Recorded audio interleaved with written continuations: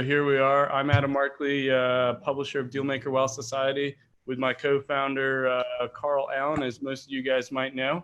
We're really excited to be doing this special edition coronavirus version of a Facebook Live. And we are super excited to be sharing with you. We've got a whole host of questions. I got literally screens and screens of questions for that people have written in and stuff we've got ready for you guys. So we're looking forward to it. Carl, happy Monday to you. How are things in the beautiful countryside of England? Sorry, I'm not with you as I should be right now. In fact, I should be on a plane right now flying back to Baltimore. But hey, I've been quarantined. I can't travel to the US. So you got to put up with me over video for a little bit. That's all right. Looking forward to talking with everyone through this. And frankly, there's a lot going on. You're looking at headlines. I'm looking at headlines. We've got small businesses, both that we've got relationships to on an investment perspective, as well as the neighborhoods around us, whether it's restaurants and bars and gyms and et cetera. And they're all experiencing what we're all experiencing right now, which is a pandemic, coronavirus, as pretty much everyone's aware. I'm coming live from my home. Carl, I know you're in your one-person office, but pretty much everything's on lockdown, right? So How are things for you? Yeah, so we're a little bit behind the curve. I know you guys started locking down last week. I know it's about 10 days since in Baltimore, which is my second home, they started closing bars and restaurants and gyms. We started doing that on Friday night. And then I think we're going to see some more severe kind of lockdowns in towns and cities over the next few days. But clearly, whilst I'm not a medical expert, I listen to people that are way smarter than I am when it comes to this stuff. And I think it's the only way that we're going to stop this virus spreading. And it's putting us all in a different scenario. And I think for me, it's all about staying resourceful, having a positive mindset, seizing this opportunity to deal with the things like spend more time with your family, learn new skills. And I'm absolutely blown away, Adam, with the businesses in my network that are continuing to pivot and innovate and not only survive what's coming down over the next few weeks and months, but a lot of the businesses that I'm connected with are actually thriving through this just by pivoting their business model. So, for example, I know you and I, one of the businesses that we own is a restaurant in Baltimore, and I'm very closely connected to a similar business in the UK. Adam, you and I went there for brunch last weekend when you were in the UK at my house. And, Deb's called me and said, hey, I'm really panicking about coronavirus. What if I have to close my business down?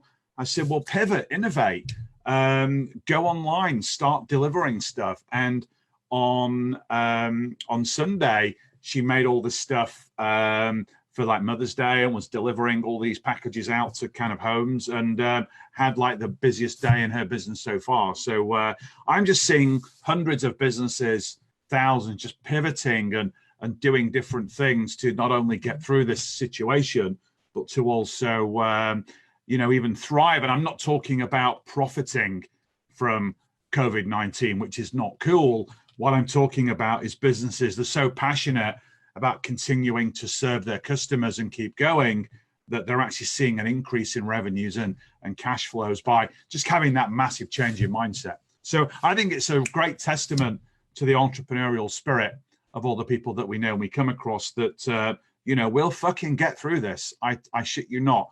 We will get through this. Unbelievable. Well, and not only will we get through this, but I think there's going to be a lot of people who are going to seize upon some pretty significant opportunities. Yeah.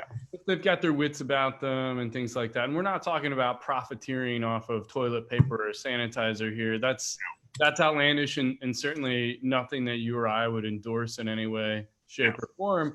But we're talking about the kinds of opportunities where people can look at what businesses will not only be successful during a time of crisis, but through the time of crisis and then after the time of crisis, right? Business will forever be changed as a result of what we're experiencing.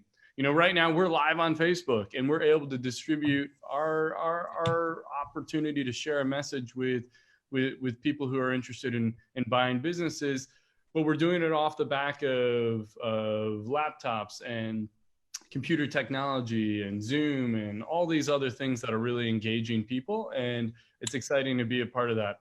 So guys, just want to jump into a whole slew of questions. We've gotten submissions from people ahead of time. You're more than welcome to drop questions into the chat as you go. We're going to try to answer some of those live.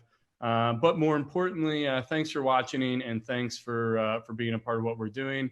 At the end of the session here, we're going to have an opportunity for people to get some information. There'll be a link posted in the comments, and it's just for people who haven't partaken or opened up their exposure to how to buy a business in good times or bad using none of your own money. We've got a little bonus for people that'll be in the comments at the end of this. So, and it's a free blueprint, Adam, isn't it? So, guys, you don't need this. Put it away. There's nothing to buy on this webinar. So put your credit cards away. This is a free bonus that we're looking to give people that want to take some action with some of the opportunities we're going to talk about and start looking into the business of buying businesses. But it's a complimentary gift that Adam and I are going to give you, and there's nothing to buy. Perfect. Well, without further ado, Carl, let's just jump right into it. So we've already started teasing this a little bit, but quick administrative thing, and I'll cover this, is we're obviously doing this live, but we're gonna save a recording of this and make sure everyone gets it. And we'll just keep cranking, so you can watch it if you can't stick through the whole thing. So let's jump right in. Coronavirus is COVID-19, right? It is the soup du jour. It is the special of today. It is the topic that everyone cares so much about. In your opinion, how are the effects of this impacting deal origination, the ability to close deals? I've got something to add once you've answered, but what are you seeing? So the situation that we're in, it is what it is. And I'm not a medical expert. I know that the elderly and the vulnerable are, sadly dying from this. It's nowhere near, other diseases, other causes of death that we're seeing. But, this is an issue.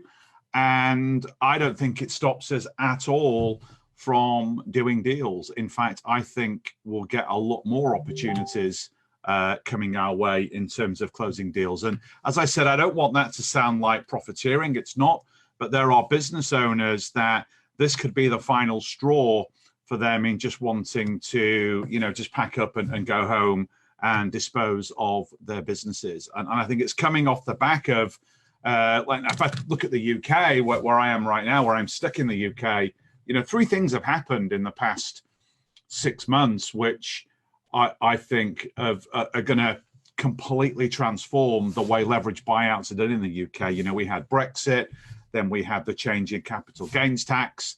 So a lot of sellers that I'm speaking to, they're saying, well, you know what, why should I continue to grow my business and take more risks when I'm not going to get the financial returns in the future because the entrepreneur's tax relief that I was pinning my hopes on has been radically reduced. And then I think with coronavirus, I think it's just that I think it could be the straw that breaks the camel's back.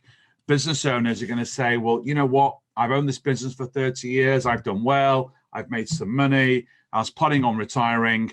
Maybe this is a sign. Maybe I should pack up my stuff and go. And we know that only 1 in 12, 1 in 13 businesses that try to sell, actually do. I think those numbers are going to skew considerably over the coming months and years.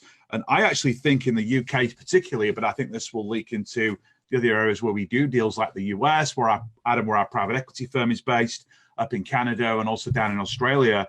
I think fundamentally the LBO model will change over the coming months and years. I think there'll be opportunities to buy a lot more businesses, even 100% seller financed. You know, a lot of business owners will decide to sell their businesses, and they couldn't sell them previously. I think now you're just going to get a lot more businesses that come to market.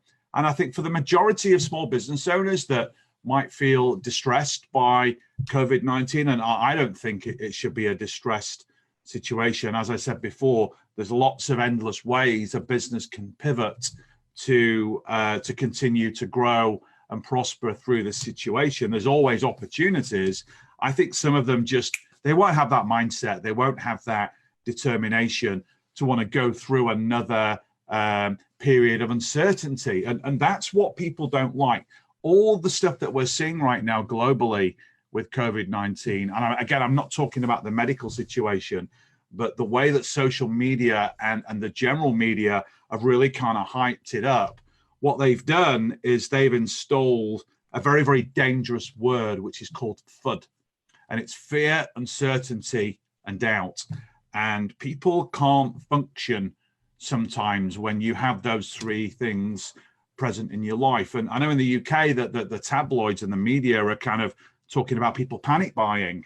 And I don't condone people going and panic buying. But, you know, if you're a person and you haven't been through anything like this before, and you're suddenly in fear of being deprived of, you know, the everyday things like water and milk and bread and, you know, toilet paper and soap and those things, you know, people, when they're controlled by fear, they can react in some quite strange ways. And I think in the selling of businesses, what we're going to see is those small business owners, they get consumed by that fear. They think, well, hey, I own a business. There's liabilities in the business. If I shut it down, then I'm going to have to, all that money I've saved for retirement, I'm going to have to pay that back to people that I owe money to. And we're saying, no, don't do that. Sell your business to somebody. Just give them the business and let them inherit the liabilities. And then when you take that business on, there are going to be ways to pivot that business and take it forward. I had a call with a friend of mine on Saturday who owns a small distillery up in Scotland.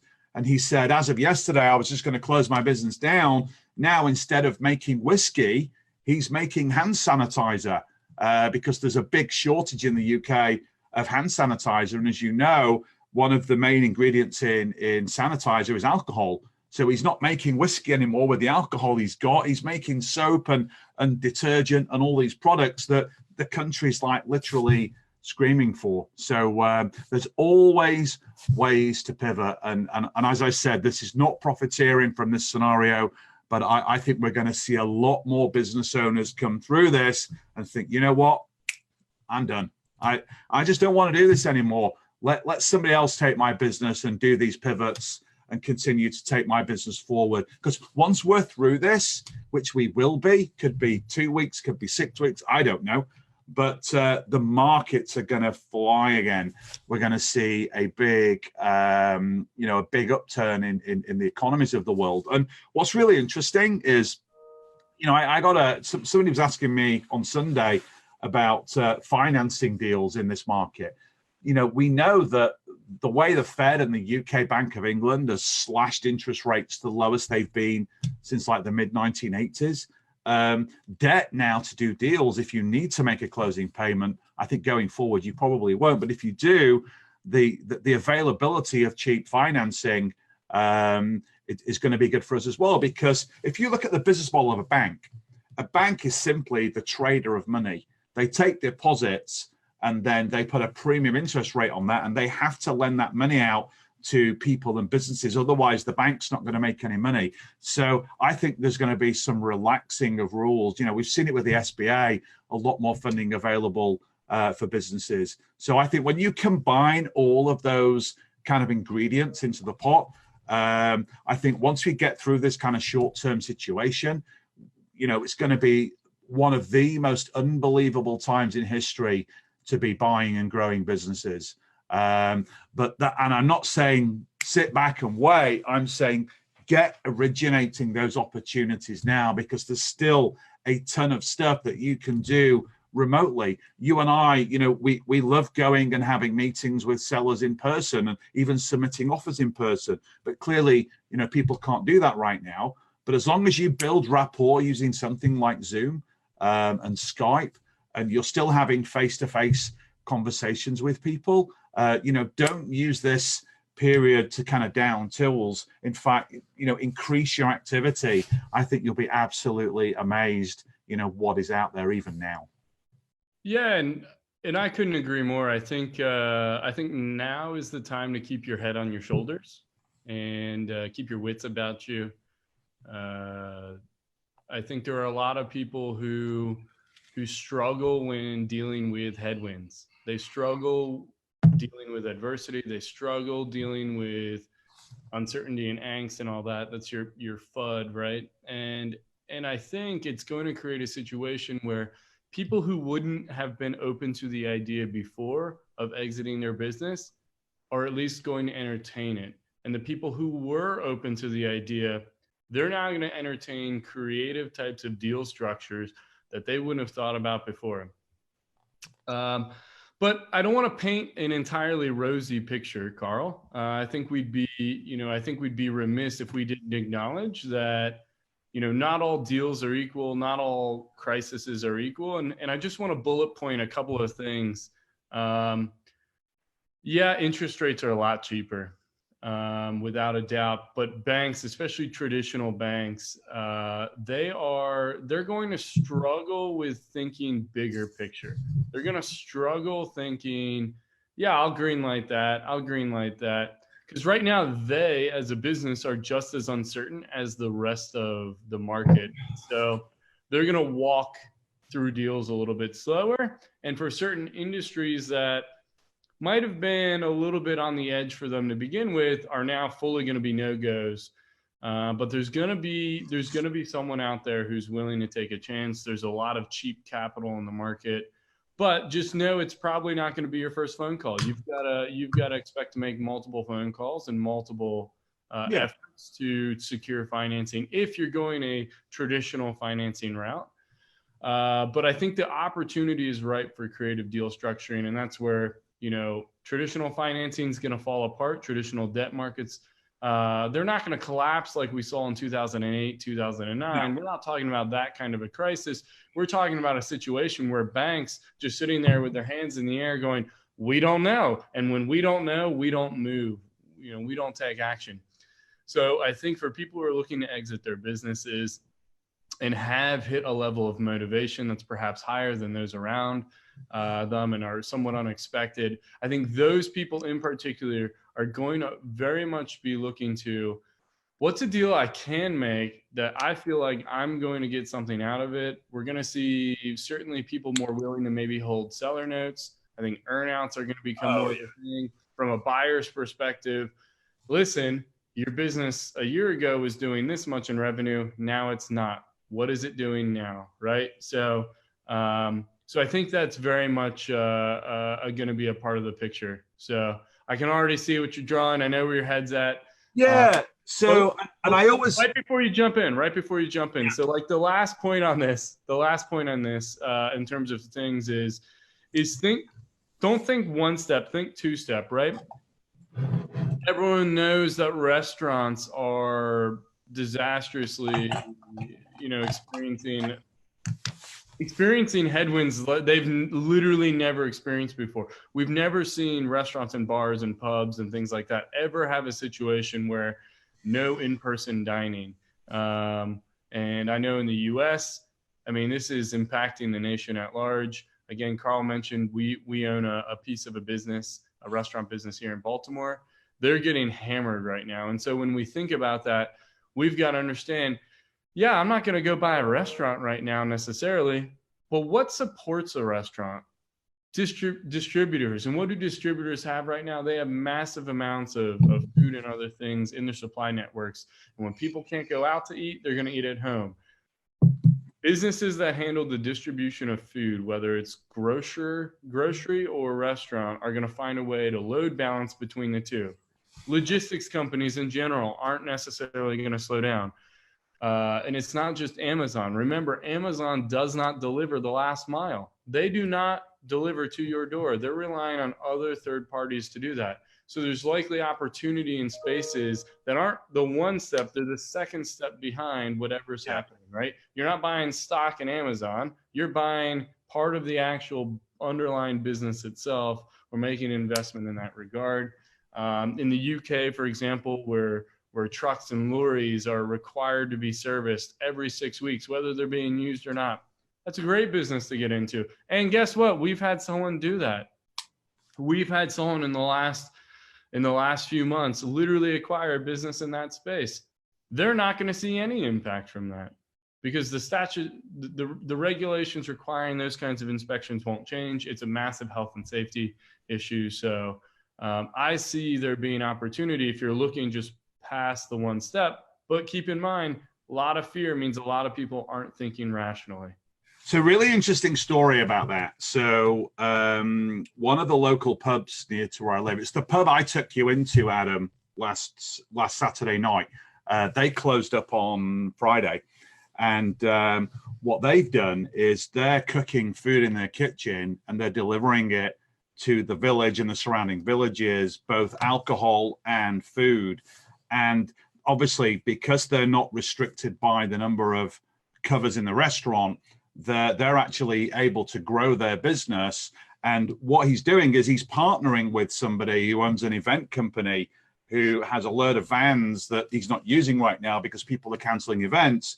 And he's using that guy to deliver all the food to all the different places. So, and even taxi firms, like we don't have like Uber Eats in the UK, not where I live in the country anyway, but a lot of local taxi firms, they're partnering up with restaurants and pubs, even though this only happened on Friday, and they're partnering to get, food and drinks to homeowners. And what's interesting is, like a lot of the supermarkets now in the UK, you go there when they open and there's huge big queues and people like wanting to get in and get food. So like we're sat at home and we're just calling and ordering this stuff and it's all being delivered. So again, it's all about pivoting and it's all about innovating inside of your business model. And what I actually think will happen as a result of this, I think a lot of traditional industries will change.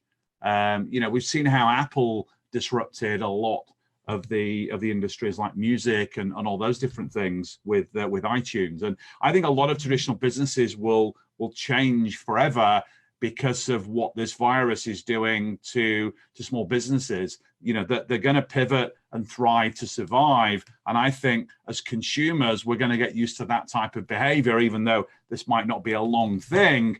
And I think a lot of different things are gonna change from it. But the reason I started doodling is, and I always go back to this. This is my model. Yeah, oh yeah. Talk about, what makes a perfect leverage buyout. You've got to tick 3 boxes. It's always number one, which is a business that's really going to serve you as an entrepreneur. So is it in a sector that and you're passionate about? Is it in a location that you want to be in? Do you want to be an owner manager or an owner investor? So that's always the first thing. And then what happens is number 2, which arguably is the most important thing, is you've got to find a motivated or distressed seller of a good business. And right now that is blowing up because fear, uncertainty, and doubt is making that a hotter piece of the puzzle than it was before. And as I said to you earlier, Adam, that, a lot of business owners now, we know that small business owners stockpile their cash because it's cheaper to take it out when they sell a business than when they take it out through dividends or other salary. Even now when the tax rates have changed, if you have £1 million of cash in your business, surplus cash, you can still get that out for 20% in tax rather than 32.5% if you take a dividend or 55% if you're taking it in salary. So for a lot of small businesses, it's just like the cybersecurity business, Adam, that you and I have just bought in London. We bought that business for the surplus cash at closing plus a seller financing note and a bit of an earnout. I think that's going to become, for most deals, that's going to become kind of the standard way that businesses are going to be bought and sold in this country. And I also think in the US as well. So that's what you got to focus on. And it's all about, still, you're not going to know this until you start originating deals and you start having those seller kind of conversations. And what you might find is a majority of sellers might just say, look, I've got this cash in my business. That's going to see me through. I don't want to come into the business anymore because, I've had enough. I'm done. So give me the surplus cash as a closing payment. As a seller, I'll get a tax break on that to some degree. And then just pay me monthly. Just split the cash flows monthly from me. And then as the new buyer, as a new owner, you're the one that can innovate. So pick a business that you can pivot and do all of these amazing things with as we trade through, the coming weeks and months. Yeah, absolutely. And to that point, right? Like those kinds of deals, that structure of surplus cash and an earnout or seller payments on the back end, that's a really easy model to execute on the UK side because of the way the tax structure is at the entity level. Here in the US, predominantly most small businesses aren't taxed at the business level. It's passed through to the individual owner. So the LLC. We don't have the same kind of lever to utilize in creative deal structure on our end, but that doesn't mean we can't be creative, right? I think for me, I almost look at it as like a game where I'm solving a puzzle of really locking in on what does the seller need, what does the seller want, and how can we best fit them while making sure we win at the end of the day as well, right?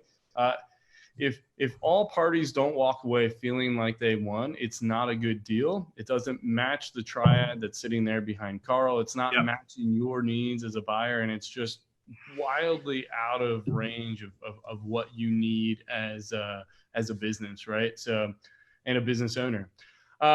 Just moving on from this kind of first broad brush question, we've kind of gone on for about 15 minutes here on that, but I do want to acknowledge, guys, you guys are crushing it in the comments. Some really good stuff. A good friend of ours, Peter Cobain, they changed an offer they sent in previously. They restructured it based on what they can see is coming, right?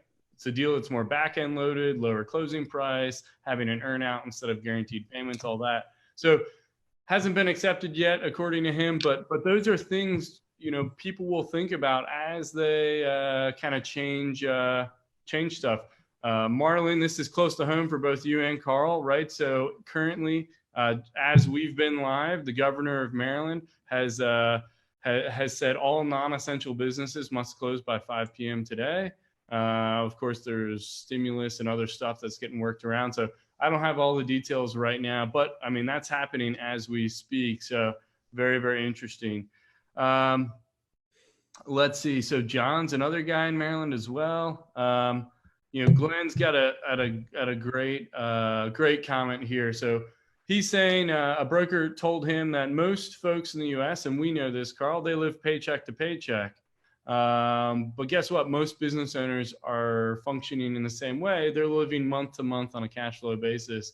So there's a lot of opportunity. I think there's going to be good assets for sale, whether it's a purely functional LBO or effectively distressed deals coming on the market. The more likely you guys are to have some kind of foundation business in your wheelhouse, right? A business that's surviving, sustaining. I'm literally looking outside my window right now, and I'm seeing work continue to happen, and this is construction work. Who knows how that's been impacted here in Maryland with the stuff coming, but it's just very interesting to see how we'll pivot. So Carl, it's something that's happening, impacting everyone. And again, thanks to everyone for tuning in and asking your questions. We're going to try to get to some of them as we go through, but we've already talked about what the impact is. Let's talk a little bit about deal origination. It's a topic that you and we talk about all the time, right? And how is deal origination going to really be different? Let's talk actionable, proactive steps. I mean, here we are on a Facebook Live. We're video conferencing through Zoom behind the back end here, but let's talk about that. There's no reason why you can't continue to originate deals in the same manner we are right now. Absolutely. And, we're blessed with all this kind of modern technology. And, I'd always recommend a face-to-face kind of conversation with somebody rather than just kind of picking up the phone. So Zoom, Skype, and all these multitude of apps, most of them are free. Zoom, you get 45 minutes for free if you don't want to spend any money. And, what I would do, and I did this morning, I called a business owner of a business that I'm looking to buy with Adam. And, the first thing I asked him, it was nothing to do with the deal. I just asked how he was. I said, hey, he's called Jim. I said, hey, Jim, just, how are you doing? How's your weekend? How are you dealing with what we're facing right now? And is there anything that I can do to help you? Not interested about his business in the first 10, 15 minutes. I'm there to kind of help him and continue to build that relationship and build that rapport. And the guy almost melted. He was like, Carl, what a lovely gesture. He's about 35 miles away from me. He's in his 60s. His wife's not very well. And I just said to him, if you need me to come down with some stuff, I'm happy to do that. Obviously he doesn't. But then when I then start talking to him about buying his business, how easy do you think that conversation is once I've demonstrated my ability to help him and build rapport and, serve him in some other way?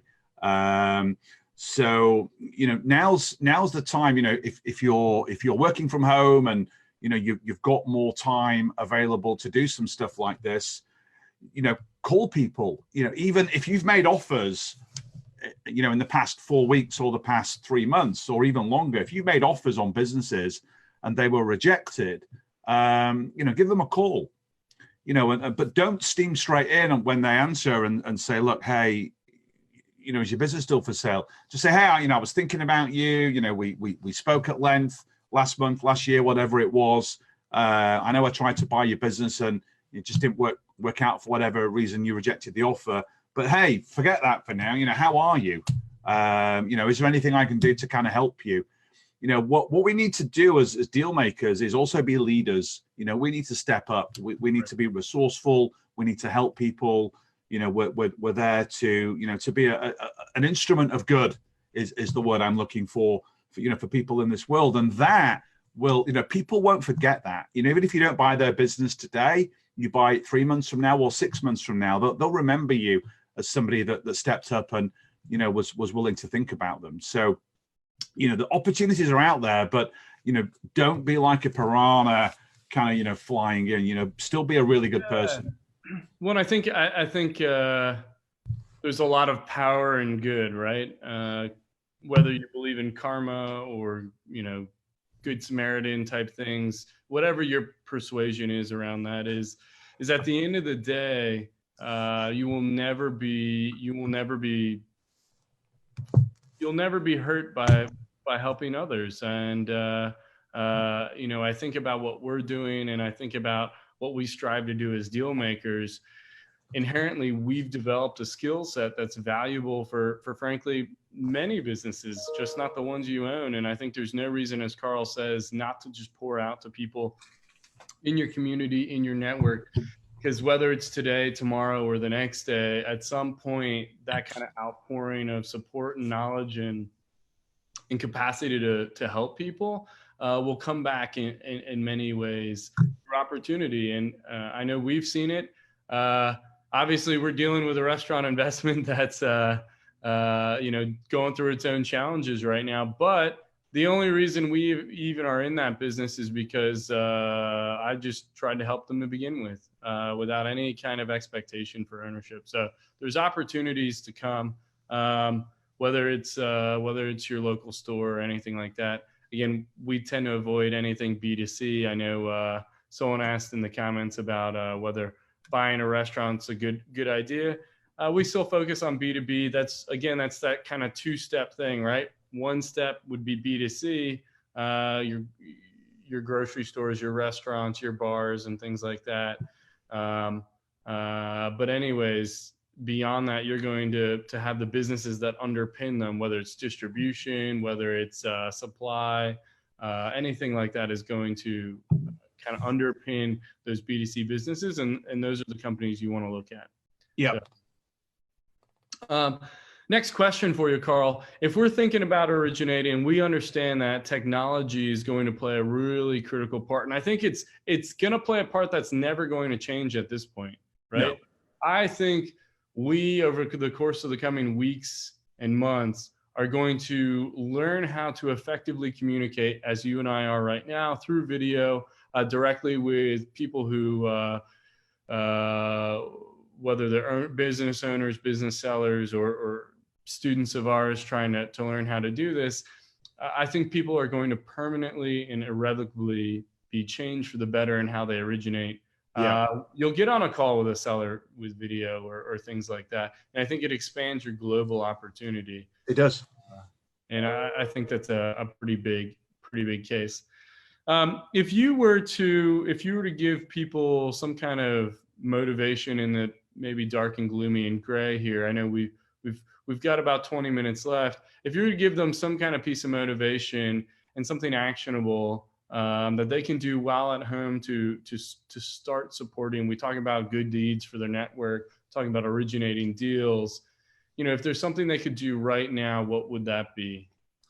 Yeah, so there's actually three things that you can do very, very quickly. So, whether if you're in the Dealmaker CEO program, then great, you can download your dream deal specification. But if you're not, just take a few moments, go and walk around the garden or spend some time, in your home or in your home office, and just think about, if you were to own a business, what would it look like? So come up with kind of your deal specification. What sectors are you really strong at that what are you passionate about in business? And think about, do you want to buy a business and go in and run it? Or do you want to buy one or more businesses like Adam and I do and, be more like owner investors and kind of figure that out.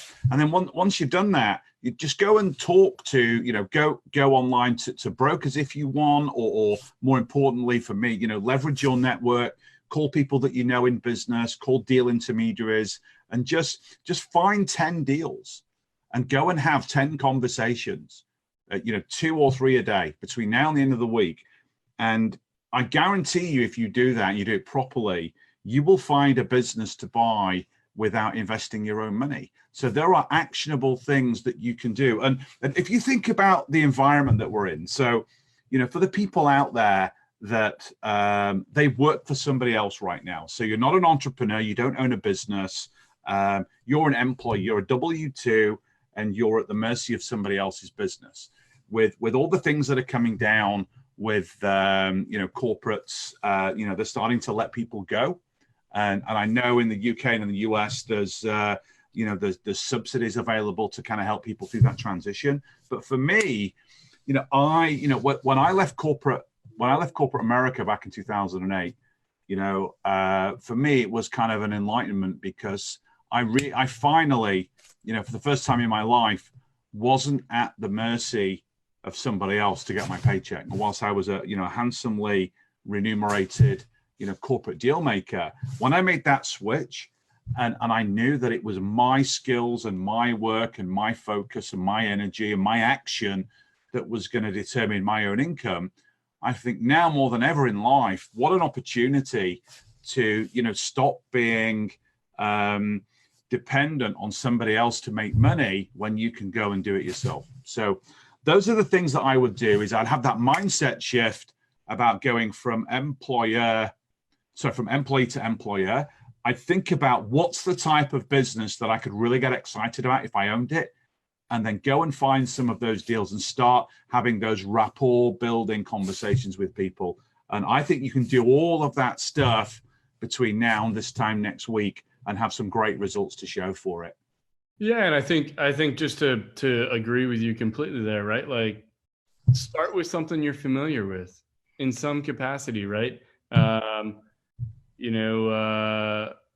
If you're a teacher, what is something tangential that you could be working on that requires some kind of education planning, right? I remember I was on vacation at the end of the last year, and I'm sitting in the hot tub with this couple. Both were music teachers, and in the span of 30 minutes, laid out how someone who's a music teacher could acquire businesses or even start a business by leveraging the side hustle they already have and tutoring students to where they could make $500,000 a year.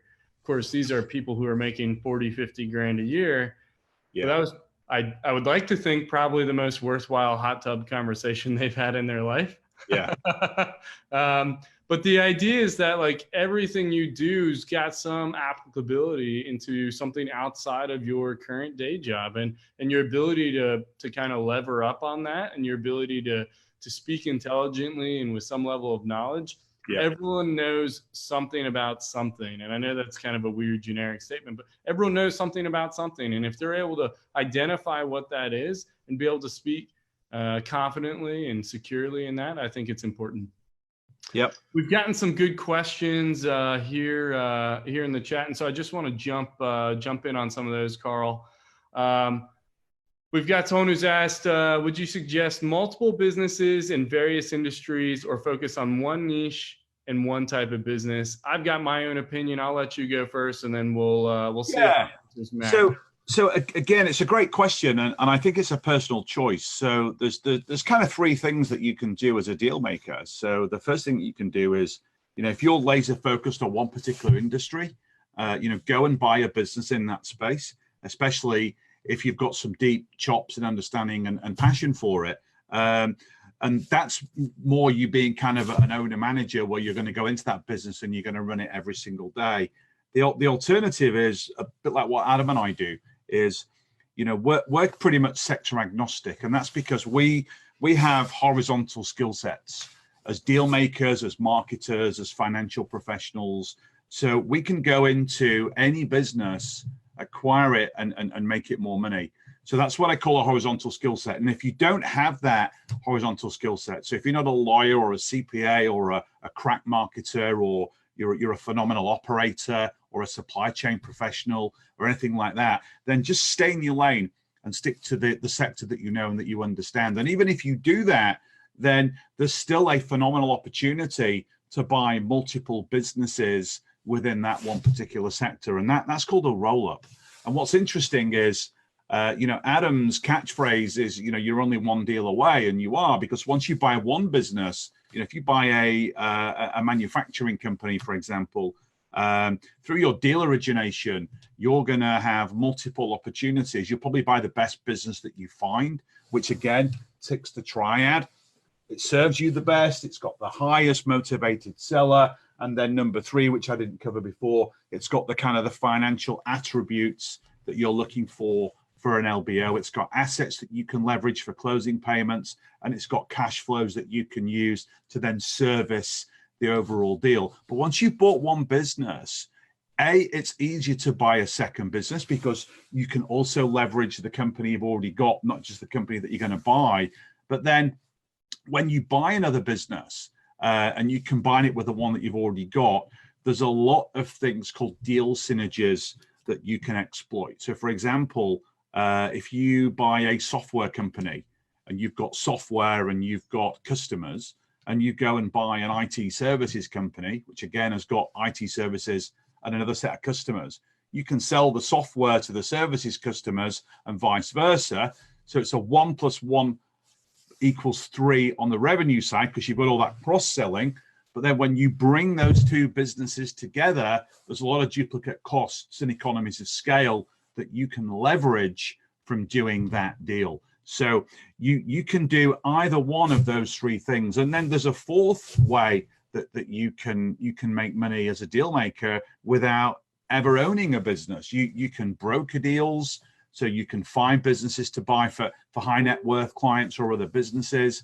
And then you can also be a deal maker where, if you're like semi-retired or you've got some spare time and you're very, very strong in a particular industry, or you've got a very, very strong skill set, like you're a financial professional, you could be a part-time CFO for a small business. And instead of getting fees, you can get a piece of ownership of that business. It's like consulting for equity, if you will, and then build a portfolio of small businesses in the same way. So there's lots and lots of ways that you can generate money by being a deal maker in all these different areas.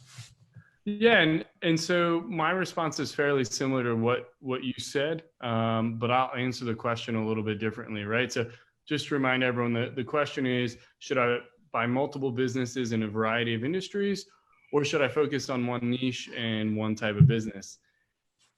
And me, just because I'm like a deal maker extraordinaire, this is my drug of choice, so to speak, is do both, right? Why not do both, right? So if you're able to source deals in multiple platforms and you've got the skill set to support it, like Carl said, great, get after it.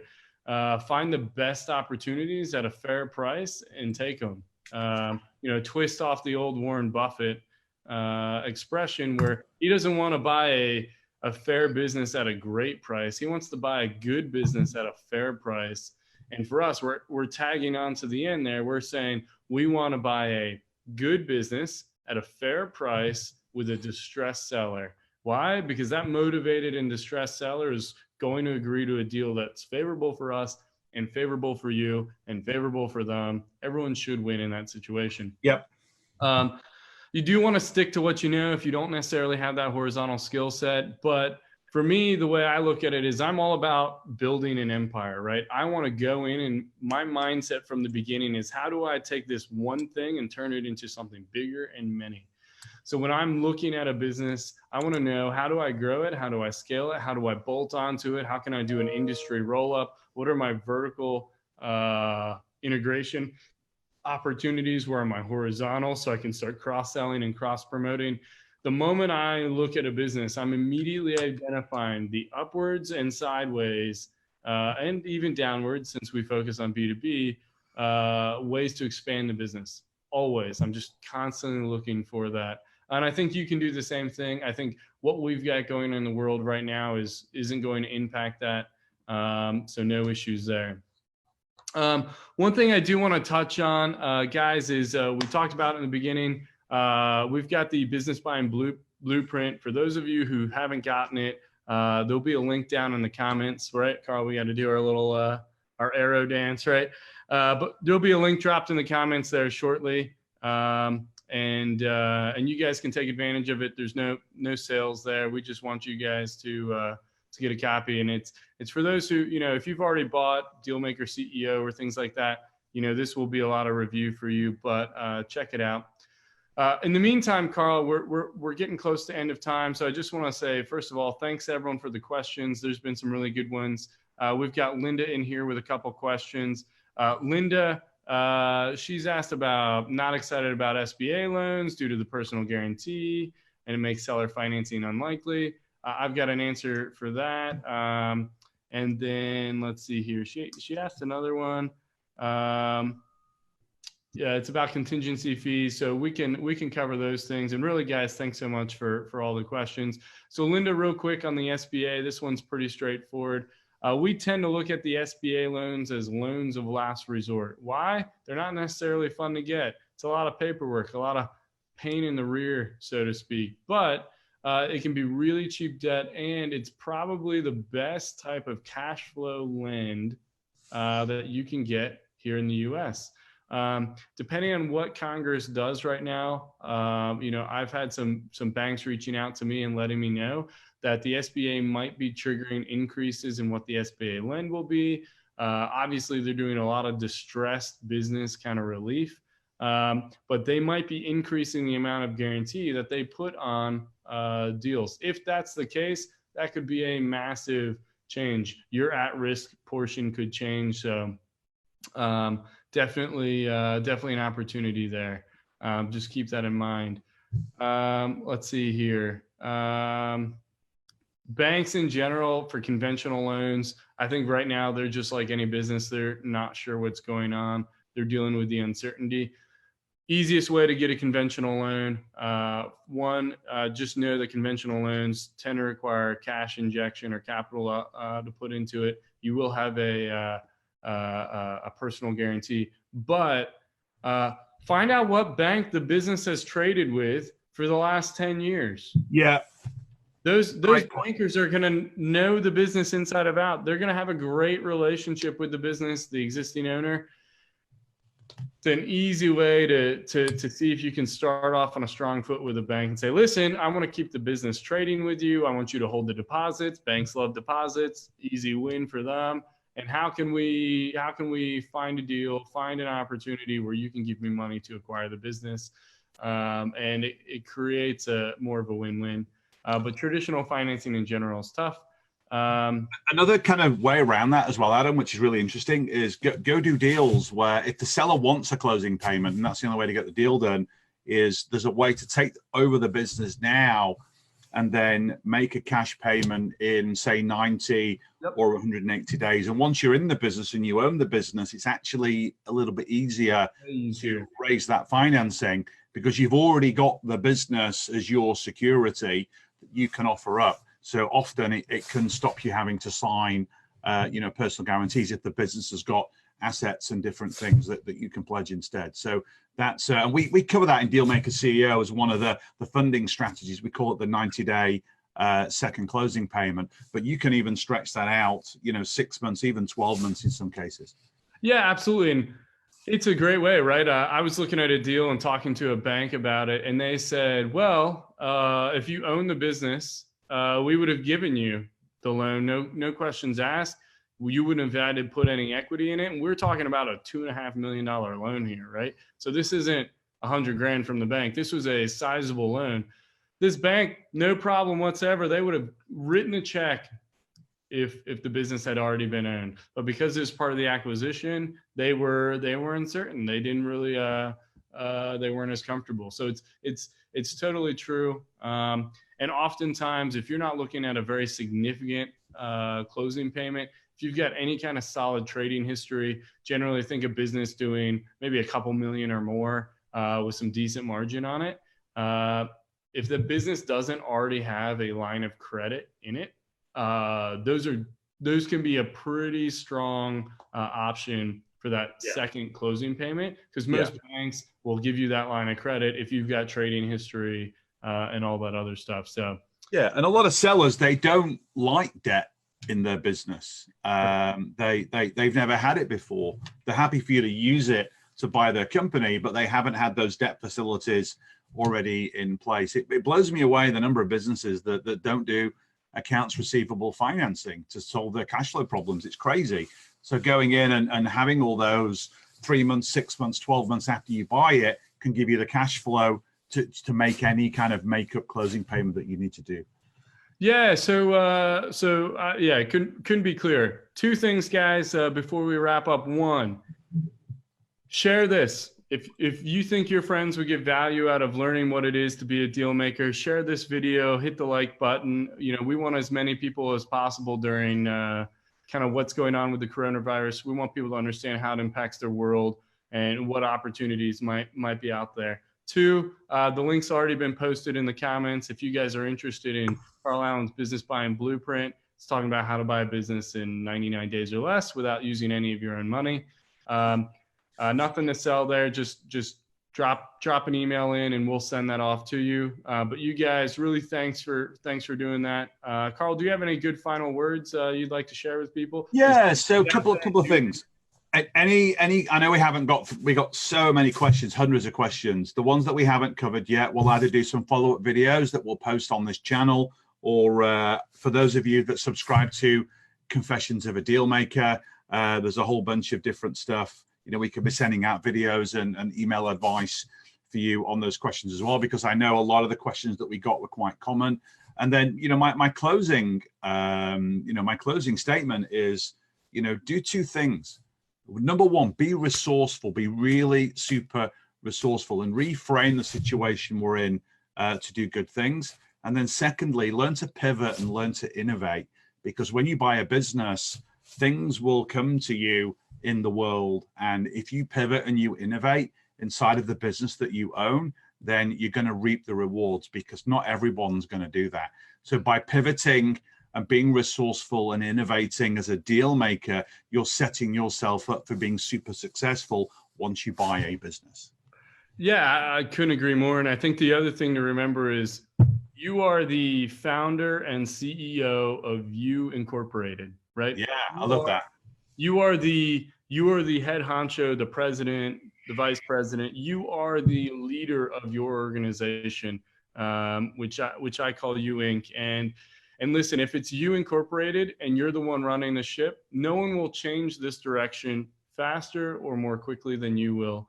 And I know from both my side and Carl's, we want to do everything in our power to help you guys, teach you guys, put you on a path to success. And so looking forward to future comments from you guys after the video. If you guys think this is something worthwhile, again, share it, and we'll likely do another one if we get enough traction on that. We're looking forward to interacting with you guys in a more unique way, as we obviously deal with our own home and kind of home office situations and figure out what we're doing. So looking forward to the next one, guys. Thanks so much for joining. We really appreciate all your questions and time, and we'll see you on the next one. That's it, guys. Hey, remember, you're only one deal away. We'll see you soon. Until then, bye for now, guys.